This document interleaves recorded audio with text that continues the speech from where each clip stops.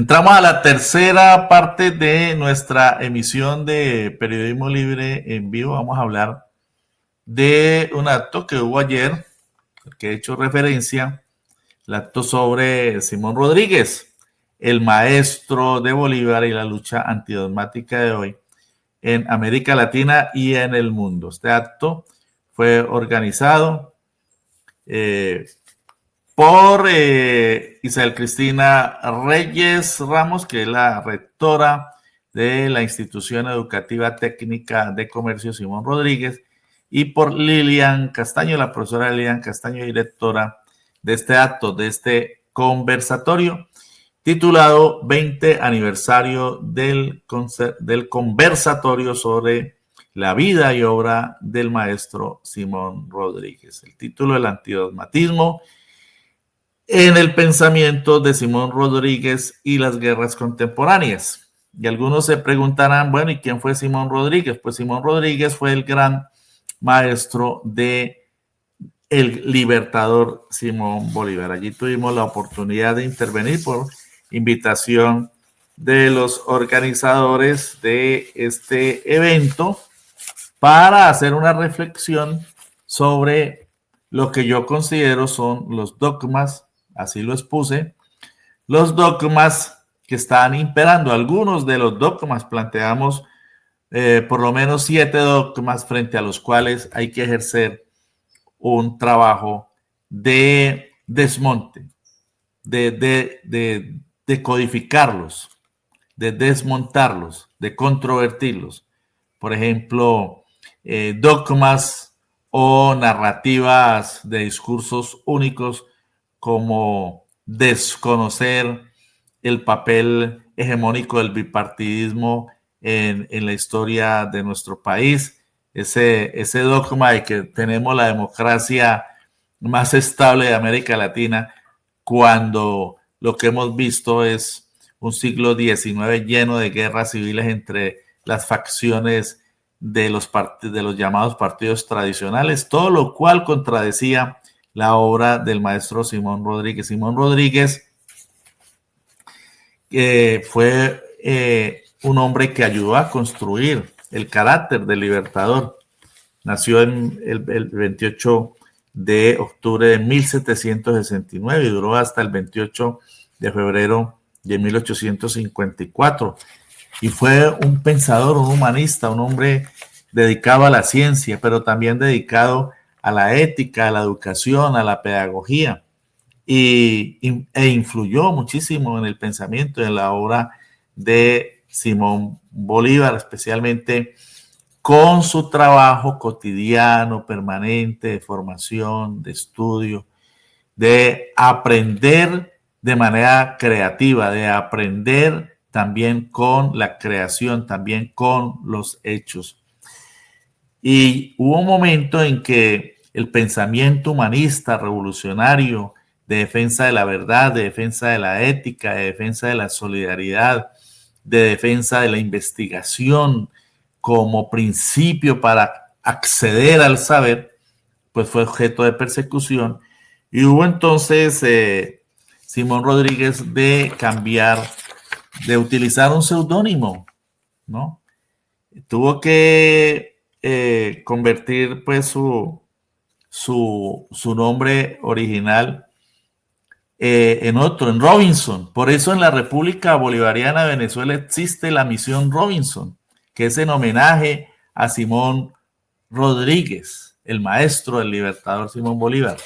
Y con esa misión en la República Bolivariana de Venezuela, pues lograron alfabetizar más de 1 millón de personas en tan solo un año, cuando se estaba iniciando la Revolución Bolivariana. Y como les decía, entonces allí tuvimos la oportunidad de, extrapolando, de hacer la relación entre el pensamiento antidogmático, dialéctico de la unidad y lucha de contrarios de Simón Rodríguez con lo que ha venido ocurriendo a lo largo de una historia bicentenaria.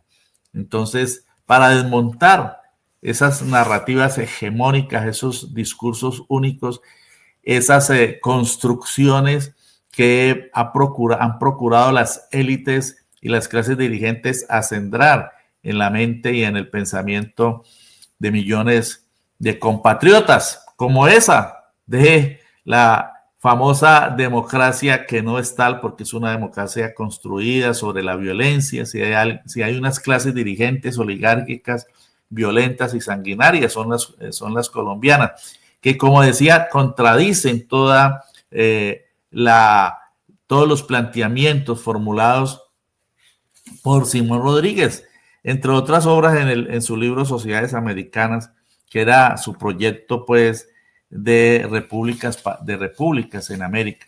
Se contradice totalmente con esa construcción de narrativas y de luchas intestinas entre las clases dirigentes, liberales y conservadores, para imponer sus propias constituciones. También planteábamos como otro dogma, es decir, otra narrativa, otro discurso montado y hegemonizado, es el de que Estados Unidos es el país de las libertades, cuando es el país que tiene más de 800 bases militares para poder mantener el control del mundo, lo cual implica que no hay libertad, no solo para su propio país y su propia población, sino para el mundo, porque se creen como hegemón con la potestad de someter a todos los pueblos. Y esto va en absoluta correspondencia con lo que planteaba Simón Bolívar, ¿no?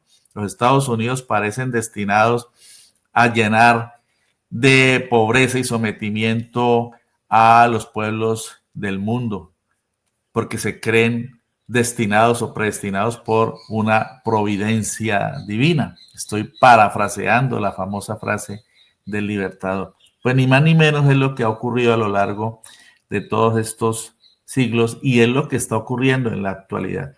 De modo que hoy más que nunca hay que hablar y denunciar la existencia del imperialismo, no solamente por ese impresionante poder de su industria militar y que está orientada al sometimiento de los países, sino por su enorme poder económico, por su enorme poder expresado en corporaciones, en monopolios, en oligopolios, en multinacionales y transnacionales que son el imperio del capitalismo. El imperialismo es la fase superior del capitalismo y por lo tanto necesita de un gran poder militar también para mantener ese poder económico, y es lo que estamos viviendo hoy, o si no, ¿qué es lo que está ocurriendo?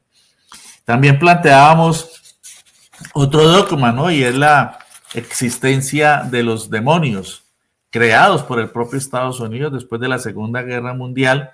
Decían que no necesitan de nuevas alianzas con países que hasta ese momento, después de 1945, tenían sociedades regidas por sistemas socialistas, y entonces decían entrar a lo que se denominó la Guerra Fría, que es ni más ni menos pues la contraparte de la Segunda Guerra Mundial, que pudiéramos llamar la Guerra en Caliente, en la que estuvieron aliados el capitalismo y el socialismo para poder derrotar al gran monstruo, el fascismo, encabezado por Hitler.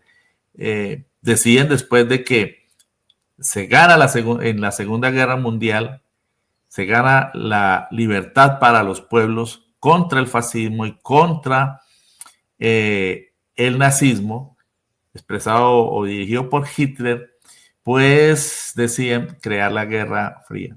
Y entonces convierten al comunismo, las ideas comunistas, en un demonio.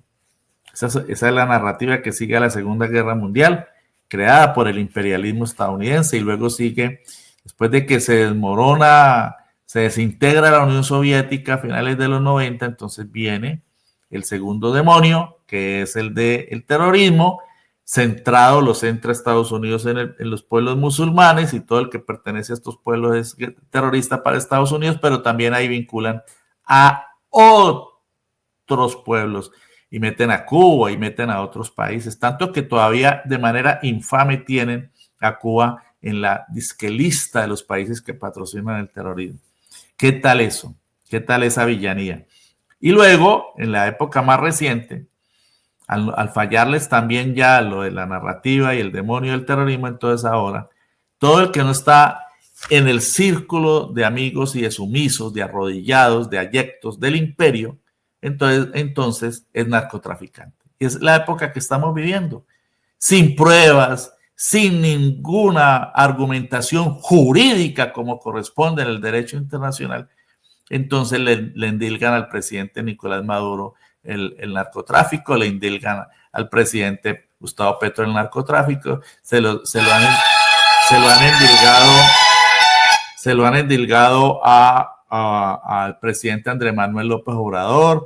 Ahorita también se lo tratan de endilgar a la presidenta Claudia Sheinbaum de México. De modo que en ese proceder de la mentira, en ese proceder de la falacia que caracteriza al imperio, pues entonces no dudan en recurrir a endilgarle a todos aquellos que no hacen parte de su entorno el remoquete de aliados del narcotráfico. Así de infame es la mentira imperialista.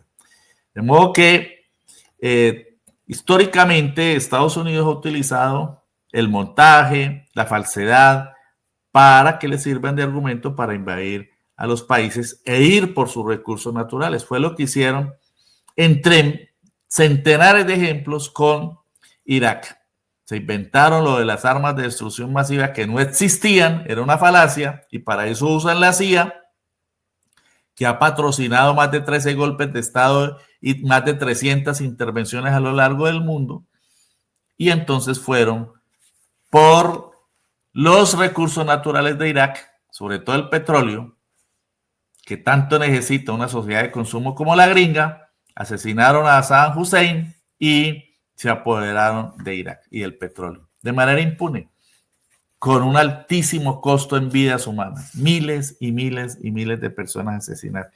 Y así hicimos alusión también a otras narrativas, a otros dogmas que hay que seguir desmontando.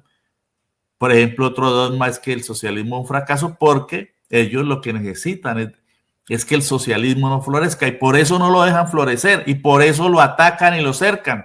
¿Qué es lo que ocurrió con Venezuela? ¿Qué es lo que ocurre con el cerco criminal, el bloqueo económico contra Cuba, que se lo aplican también a Venezuela y que se lo quieren aplicar incluso a Colombia? Lo que pasa es que hay unas oligarquías que han ido allá a intrigar, a llorar, para que le endilguen al presidente Gustavo Petro toda clase de delitos que no ha cometido, falsedades, injurias y calumnias. Y entonces, pero han rogado, no, pero no nos van a sancionar, porque es que el próximo año vamos a cambiar ese gobierno, no nos sancionen. Así es esta oligarquía abyecta. En Venezuela utilizan la petición de sanciones, incluso de invasión. De modo que todas estas narrativas hay que desmontarlas. Por ejemplo, que el fascismo desapareció con Hitler, nada más alejado de la realidad. El fascismo sigue existiendo en las represiones, en las dictaduras, en los regímenes autoritarios, en la lawfare. Está a la ofensiva en Hungría, en Italia, en Polonia, en Ucrania. Por ejemplo, que lo que hay en otro dogma que hay que desmontar, que en Palestina hay una guerra. No hay una guerra, hay un genocidio perpetrado por un régimen cobarde como es el régimen sanguinario y terrorista de Israel. Y lo que hay es un genocidio. Es decir, tratar de destruir toda una población desde su base. Por eso asesinan a los niños. Por eso le cortaron los brazos a esa criatura que vimos ahora, que se contactó con el presidente Gustavo Petro para decirle cómo hacía él para resistir. ¿No? Un niño que es ejemplo de resistencia y de esperanza a pesar de la tragedia. Entonces, esos dogmas que imperan en este momento hay que desmontarlos y hay que decirlos. No podemos quedarnos callados frente a ellos. También planteamos los dogmas relacionados con las comunicaciones, con la hegemonía. No hay información desde los medios masivos de comunicación, lo que hay es desinformación, lo que hay es sesgo, lo que hay es discursos de odio, y frente a ello lo que se impone es la generalización de las propias comunicaciones desde los sectores populares, como tratamos de hacerlo aquí. Otro dogma que se ha generalizado, que la inteligencia artificial y La nube lo son todo, que para qué libros, ya no necesitamos libros nada más alejados de la realidad, porque es que incluso la inteligencia artificial está siendo utilizada para generalizar la mediocridad, para que no investiguemos, para que no profundicemos, para que no vamos más allá de lo que nos pueda mostrar la inteligencia artificial, que es un simple acumulado de todo lo que la humanidad ha construido y apropiado por unos grandes pulpos económicos que lo que hacen es utilizar los recursos naturales en las llamadas tierras raras, que están dotadas de infinidad de elementos de la tabla periódica de minerales, que son los que permiten que cada vez las búsquedas a través de este aparato o de los computadores sean más rápidas. ¿Y de quién es eso? De los grandes pulpos económicos. Cuando ellos quieran nos bloquean la inteligencia artificial, la nube, su gran negocio, su negocio multimillonario. Por eso hay que persistir en la investigación periodística, en el libro, en la investigación histórica, en el libro. Hay que persistir en la investigación académica, en el libro. Y de ahí pues la importancia que dábamos a esta nueva obra de Andrés Felipe Carmona sobre el Palacio de Justicia. Entonces, para terminar, ¿qué planteamos allí? Reivindicar nuestra historia, el estudio de nuestra historia, empezando por la cátedra Simón Rodríguez, que hay que conocer cuál era la pedagogía, cuáles eran las propuestas pedagógicas del maestro de Simón Bolívar, enfrentar las narrativas hegemónicas con la comunicación contrahegemónica, recurriendo a Antonio Gramsci, recurriendo a los investigadores de las nuevas teorías de la comunicación frente a las hegemonías imperialistas, renovar la lucha antiimperialista, no tenerle miedo a mencionar que existe el imperialismo y que hay que denunciarlo y hay que enfrentarlo y hay que derrotarlo. Hay gente, incluso gente de izquierda y del campo progresista, que teme hablar del imperialismo, ¿no? Qué terrible que estemos en una coyuntura en la que haya gente que tema mencionar las cosas por su nombre, sobre todo las cosas y los hechos y los fenómenos y los sujetos colectivos o individuales que constituyen esos grandes enemigos de la humanidad, porque no hay peor enemigo de la humanidad que el imperialismo, el gran invasor, el gran violador de derechos humanos, el gran torturador, el gran genocida, empezando por el imperialismo estadounidense. Debemos incrementar la conciencia antifascista, construir nuestro propio futuro a partir de un ejercicio dialéctico de nuestro trabajo. Y paso a dar a conocer, hacer una rápida reseña de lo que fue este encuentro de carácter académico realizado en la Biblioteca Departamental del Valle, organizado por la Institución Educativa Técnica de Comercio Simón Rodríguez.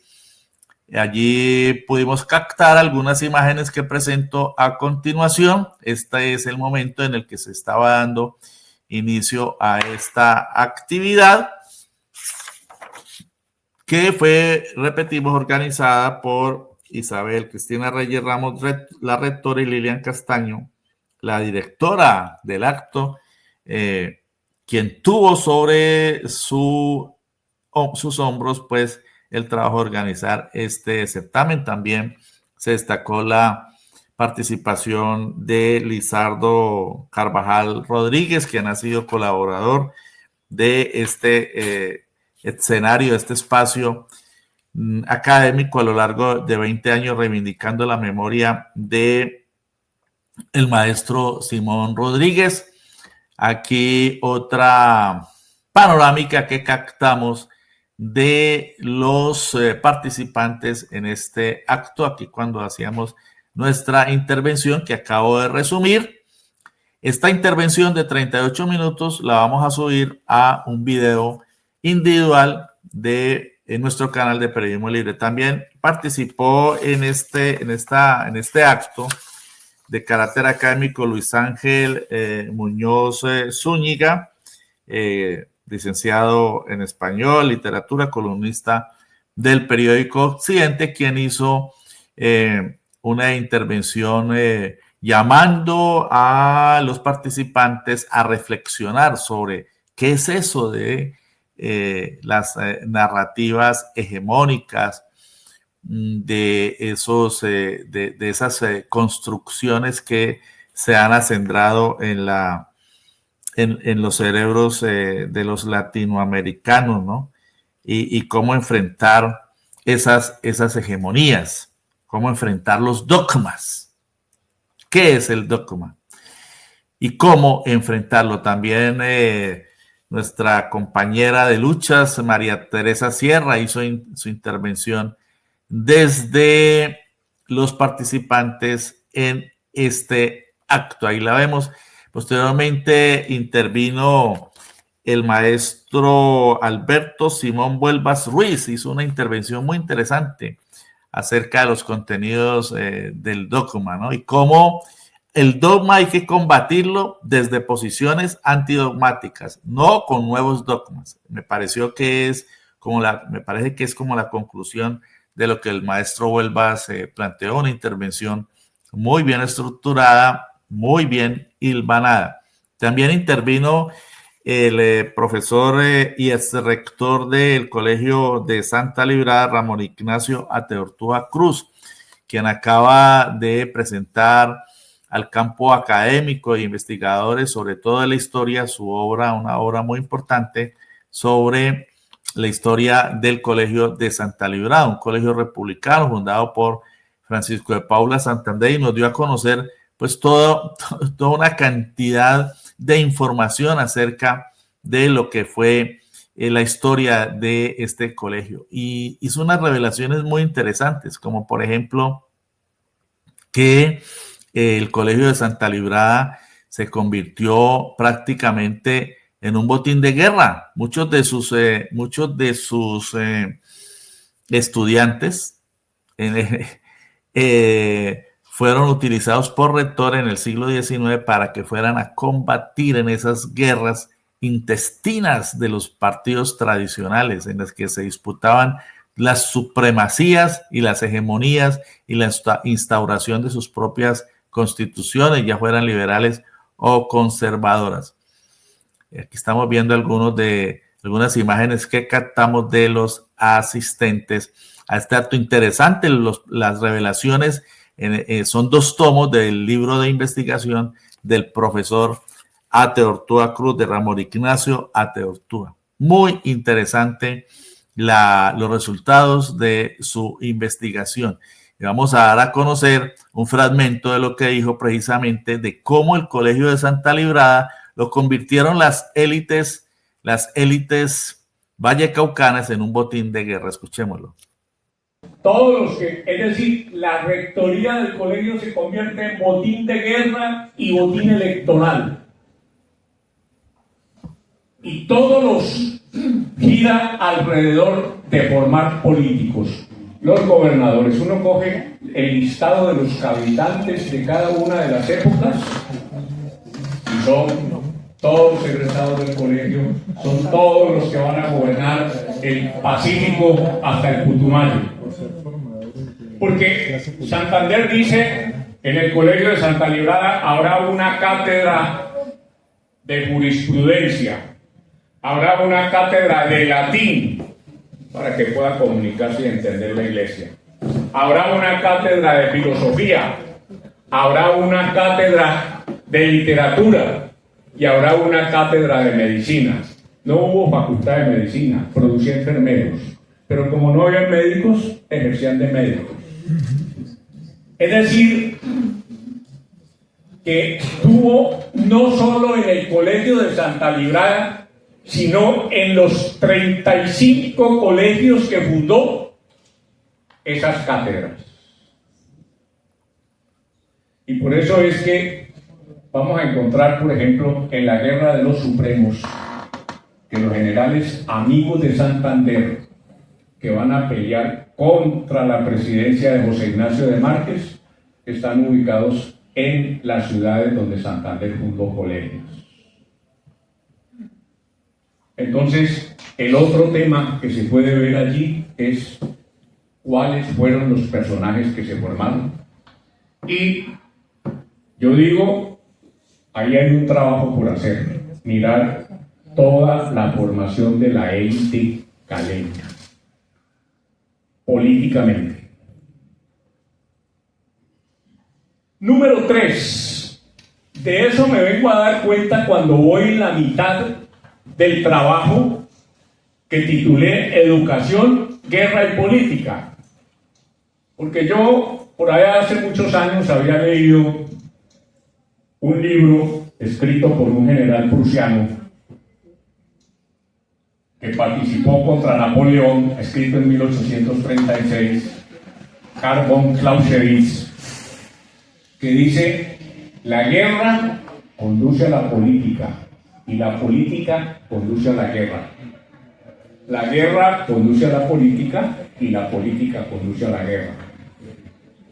Entonces, si yo veo que en el colegio se están formando políticos, la educación conduce a la política, conduce a la guerra, conduce a la política, la educación sigue en ese ciclo. Por eso el título de los dos volúmenes, que son muy voluminosos.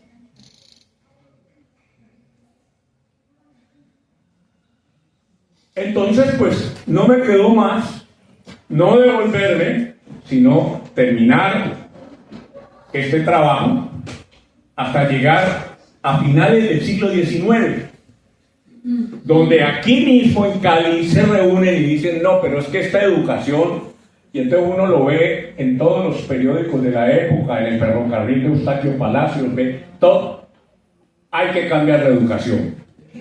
Y entonces, antes de la regeneración, porque buena parte de la regeneración nace aquí en Cali y en Palmira, antes de la regeneración, le entregan el colegio a los hermanos maristas, que los traen y entran por Buenaventura y le entregan la educación mediante un contrato donde le dicen: tienen que dictar un bachillerato académico.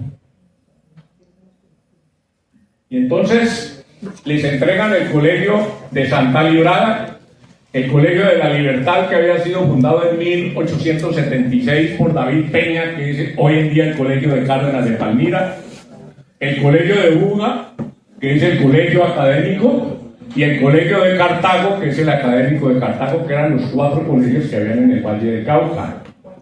3 fundados por la ley de expropiación de conventos. Y los hermanos maristas empiezan con un bachillerato de 24 asignaturas semanales, que hubo críticas, y ese bachillerato, siendo presidente Carlos Holguín, egresado del colegio y que había sido profesor del colegio, lo decreta para todo Colombia. Y ahí nace el bachillerato académico, que se va a extender en todo el siglo XX y lo que va del XXI, con alrededor 20 reformas más o menos, que yo las tengo muy bien señaladas. Vean ustedes, interesantísimos los descubrimientos del profesor Ramón Ignacio Ateortúa Cruz en estos 2 tomos de su libro, de su investigación, muy prolífica, muy amplia, muy profunda, sobre la historia del Colegio de Santa Librada.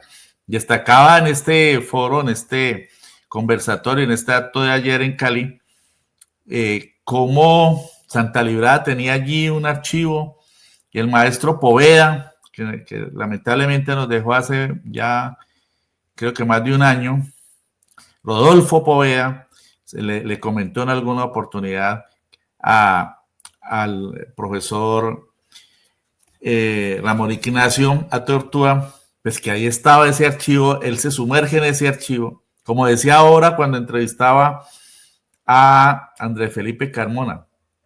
El archivo es el escenario primigenio de la investigación de los historiadores, ¿no?, de quienes nos dedicamos a la historia. Y de ahí surge esta obra en la que hay todas estas revelaciones.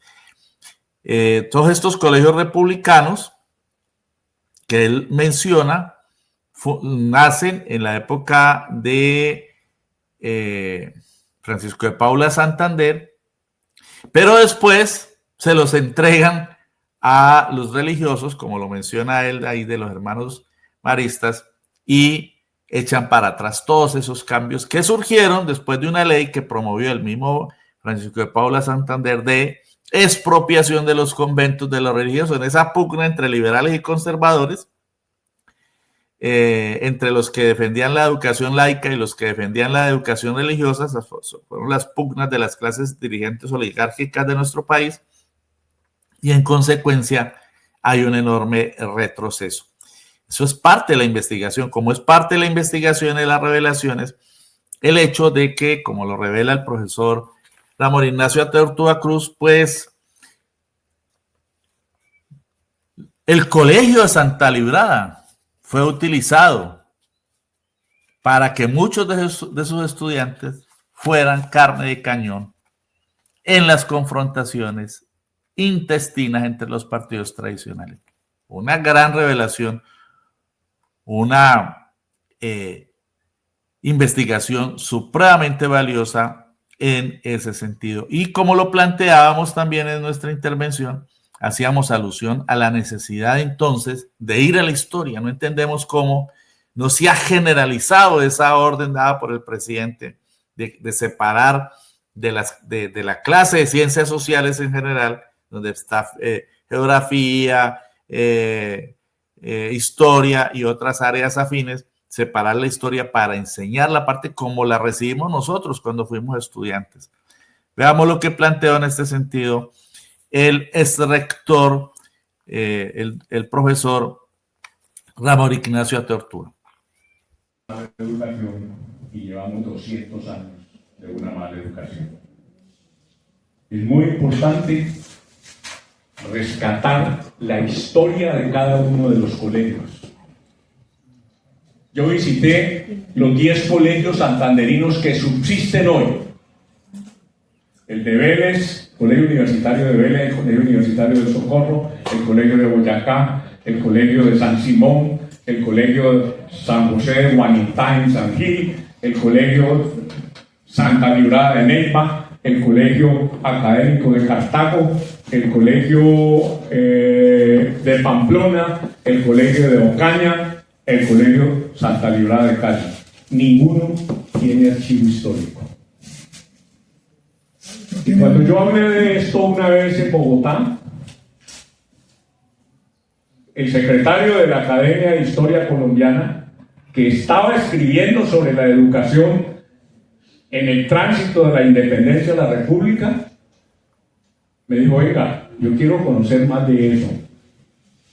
Y yo lo mantuve al tanto. Me propuso que hiciéramos un libro sobre la educación en el siglo XIX, que él investigaba en el Archivo de la Nación, y ya lo había investigado porque él llevaba 2 libros escritos sobre eso, y con Samira Díaz, que era decana de Humanidades de la Universidad del Cauca. Ella investigaba en el Cauca, yo investigaba aquí en Cali. Yo le dije: no, pero es que yo ya estoy escribiendo de Santa Librada. Me dijo: termínalo y luego hablamos. Por eso él escribió el prólogo del libro. Un prólogo magistral que yo, con todo respeto, lo recibí con un aprecio inmenso.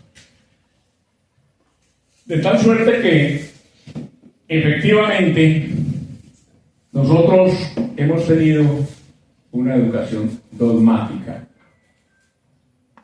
No ha sido una educación que permita pensar.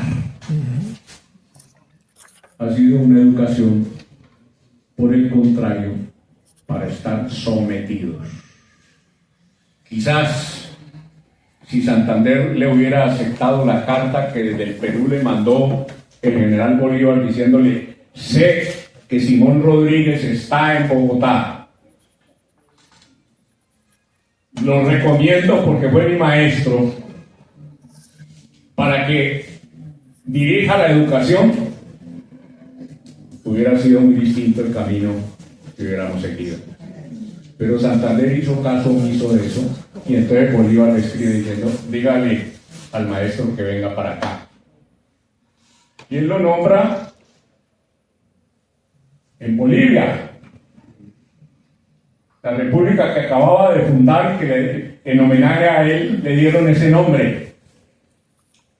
que queda al mando del general Sucre, pero Sucre tampoco lo comprendió. Y a pesar de haber sido nombrado como el director de la educación pública, Sucre lo quita. Y entonces el maestro empieza a deambular por Perú, por Chile, hasta en el Ecuador, donde buena parte de sus escritos se quemaron cuando se quemó el apartamento donde él vivía. De todas maneras, es muy importante. Yo he logrado, después de casi 20 años de lucha, que se digitalice el archivo del Colegio de Santa Librada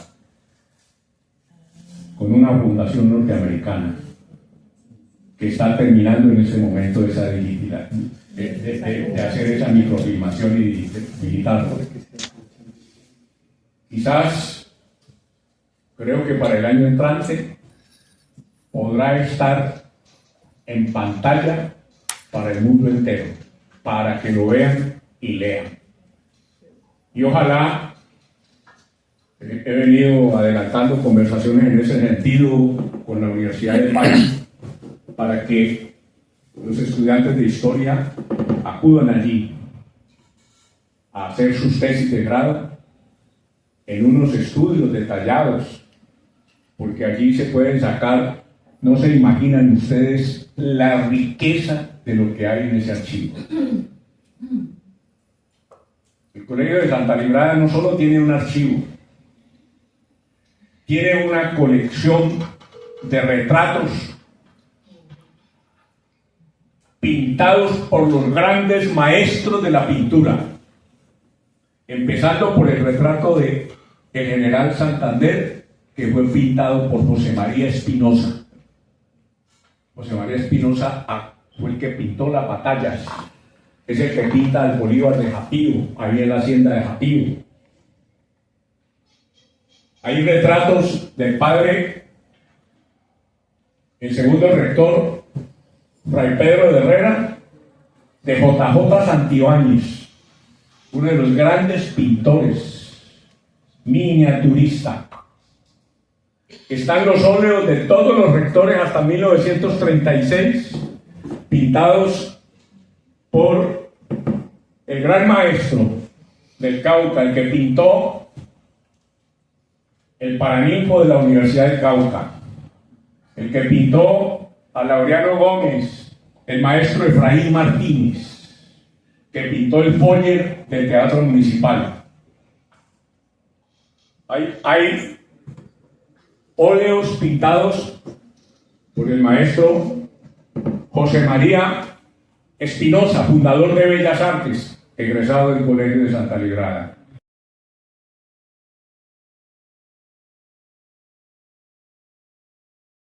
Bien, ahí he pasado algunos fragmentos de la intervención tan interesante del profesor Ramón Ignacio Ateortúa, que nos presenta una primicia para quienes andamos en el mundo de la investigación histórica, y es que por una gestión que él ha hecho para aprovechar ese extraordinario recurso histórico, esos archivos invaluables de la historia, no solamente del colegio, sino de todo el Valle, del Cauca y de Colombia, del Colegio de Santa Librada. Esos archivos están siendo digitalizados y el próximo año se podrá acceder a ellos a través de la computación para facilitar la investigación histórica de tantos jóvenes hoy dedicados a este trabajo. Allí, para finalizar nuestra reseña, pues presentamos de este libro, que es una antología nuestra de hace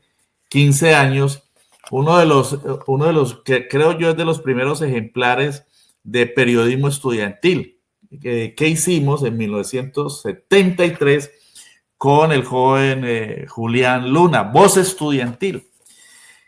¿Por qué traigo a colación todos estos datos y toda esta información? Porque nos interesa la documentación y la reconstrucción de la historia. Porque aquí, pues, procuramos aportar desde ese ámbito, ¿no? Desde el periodismo, desde la historia, desde el derecho, desde la comunicación que presta un servicio de información y de formación.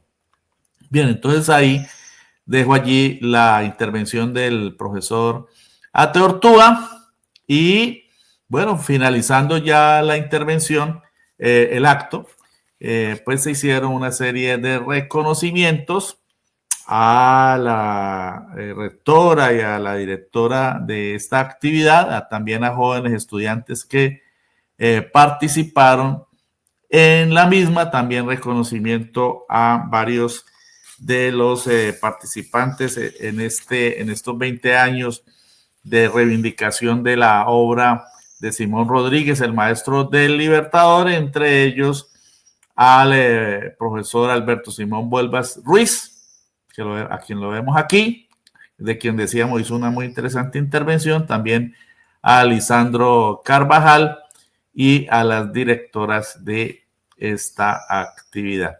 Bueno, ahí he presentado una reseña de lo que fue este acto de ayer de reivindicación de la memoria de Simón Rodríguez, el maestro de Simón Bolívar. También intervinieron varios estudiantes y al final pues hizo uso de la palabra la profesora Edilma Quiseno para presentar una sinopsis de esta actividad, en la que pues participaron también varios estudiantes, como decía, de la institución, al lado de sus docentes, al lado de sus profesores, en un hecho de carácter académico que queríamos destacar aquí en Periodismo Libre en Vivo, porque como digo, nos interesa no solamente la información, sino también la formación en diferentes ámbitos del conocimiento. Bueno, ya estamos llegando al final de nuestra emisión de Periodismo Libre en Vivo. Vamos a pasar a la parte final de nuestro programa de hoy.